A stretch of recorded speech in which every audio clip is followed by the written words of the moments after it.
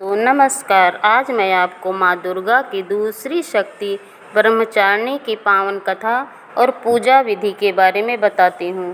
पहले आइए जान लेते हैं माता की पूजा कैसे करें। देवी माँ ब्रह्मचारिणी को गुड़हल और कमल का पुष्प बेहद पसंद है और इसलिए इनकी पूजा के दौरान इन्हीं फूलों को देवी के चरणों में अर्पित करें। चूँकि माँ को चीनी और मिश्री काफ़ी पसंद है, इसलिए माँ को भोग में चीनी, मिश्री और पंचामृत का भोग लगाएं। माँ ब्रह्मचारिणी को दूध और दूध से बने व्यंजन अति प्रिय हैं, इसलिए आप दूध से बने व्यंजन का भोग लगा सकते हैं। इस भोग में माँ ब्रह्मचारिणी प्रसन्न हो जाएंगी। इन चीज़ों का दान करने से लंबी आयु का सौभाग्य भी पाया जा सकता है। आइए अब माता के कथा का श्रवण करते हैं। माँ दुर्गा की नवशक्ति का दूसरा स्वरूप ब्रह्मचारिणी का है। यह ब्रह्मा का अर्थ तपस्या से है। माँ दुर्गा का यह स्वरूप भक्तों और सिद्धों को अनंत फल देने वाला है। इनकी उपासना से तप, त्याग, वैराग्य, सदाचार और संयम की वृद्धि होती है। ब्रह्मचारिणी का अर्थ तप की चारिणी यानी तप का आचरण करने वाली देवी का यह पूर्ण ज्योतिर्मय और अत्यंत भव्य है। इस देवी के दाएं हाथ में जप की माला और बाएं हाथ में कमंडल धारण किए हैं।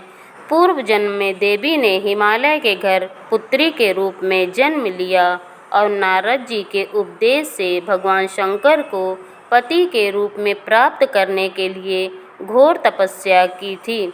इस कठिन तपस्या के कारण इन्हें तपचारिणी अर्थात ब्रह्मचारिणी से अभिहित किया गया। 1000 वर्ष तक इन्होंने केवल फल फूल खाकर बिताए और 100 वर्ष तक केवल जमीन पर रहकर शाक पर निर्वाह किया। कुछ दिनों तक कठिन उपवास रखे और खुले आकाश के नीचे वर्षा और धूप के घोर कष्ट सहे। 3000 वर्षों तक टूटे हुए बिलपत्र खाए और भगवान शंकर की आराधना करती रहीं। इसके बाद तो उन्होंने सूखे बिल्व पत्र खाना भी छोड़ दिए। कई हजार वर्ष तक निर्जल और निराहार कर तपस्या करती रहीं। पत्तों को खाना छोड़ देने के कारण इनका नाम अपर्णा नाम भी पड़ गया। कठिन तपस्या के कारण देवी का शरीर एकदम क्षीण हो गया। देवता, ऋषि, सिद्धगण, मुनि सभी ने ब्रह्मचारिणी की तपस्या को अभूतपूर्व पुण्य कृत्य बताया, सराहना की और कहा, हे देवी, आज तक किसी ने इस तरह की कठोर तपस्या नहीं की। यह तुम्ही से ही संभव थी। तुम्हारी मनोकामना परिपूर्ण होगी और भगवान चंद्रमौली शिव जी तुम्हें पति रूप में प्राप्त होंगे। अब तपस्या छोड़कर घर लौट जाओ। जल्द ही तुम्हारे पिता तुम्हें बुलाने आ रहे हैं। यह कथा का सार यह है कि जीवन के कठिन संघर्षों में भी मन विचलित नहीं होना चाहिए। माँ ब्रह्मचारिणी देवी की कृपा से सर्व सिद्धि प्राप्त होती है।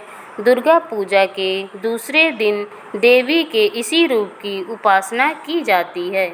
वीडियो पसंद आई हो तो वीडियो को लाइक करें, चैनल को सब्सक्राइब करें और शेयर करना ना भूलें। धन्यवाद।